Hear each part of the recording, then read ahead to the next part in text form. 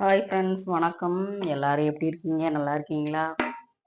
வாங்க இன்னைக்கு கோவிந்தன் வீட்டில் காலையில் என்ன டிஃபன் செய்கிறோம் அப்படின்றத பார்க்கலாம். நான் காலையில் எழுந்தோடனே அரை மணி நேரத்துக்கு முன்னாடியே உளுந்து ஊற வச்சுருந்தேன்ப்பா. அது உளுந்தை அரைச்சாச்சு பாருங்கள். உளுந்து அரைச்சி வச்சுருக்குறோம். அதில் கொத்தமல்லி தழை சேர்த்துக்கலாம், வெங்காயம், பச்சை மிளகா, துருவி வச்ச கேரட்டு, சரிங்களா?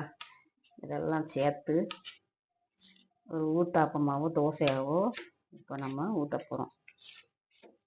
டெய்லி கருப்பு உளுந்து நம்ம உடம்புல சேர்த்துட்டு வந்தோம் அப்படின்னா உடல் பலம் பெறும்.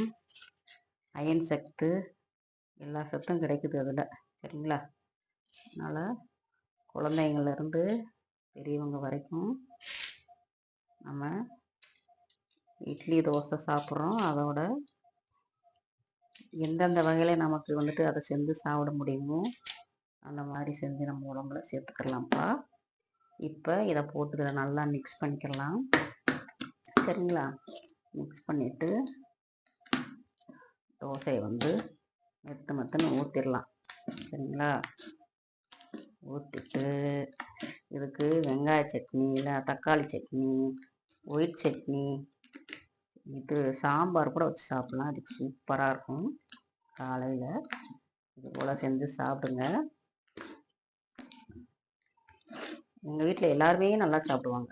ஆனால் என் கடைசி பையன் இருக்கானே, இந்த மாவுக்குள்ளே இதுக்கு இதெல்லாம் வந்துச்சு, அதெல்லாம் வந்துச்சு, இதை ஏன் போட்டீங்க, அதை ஏன் போட்டீங்க, உங்களை யாருக்கு செய்ய சொன்னா அப்படிமா.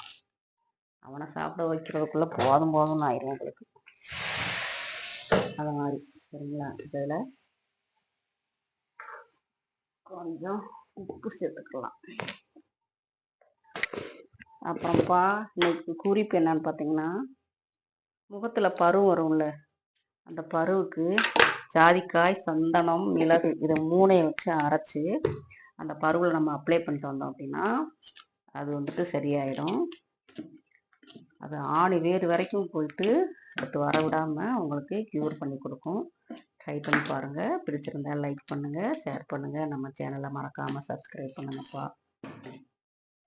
இப்போ வாங்க நம்ம தோசையாக தண்ணியை தெளிச்சாச்சு. தோசை கடாயில் தோசையாக ஊற்றிடுறோம், சரிங்களா?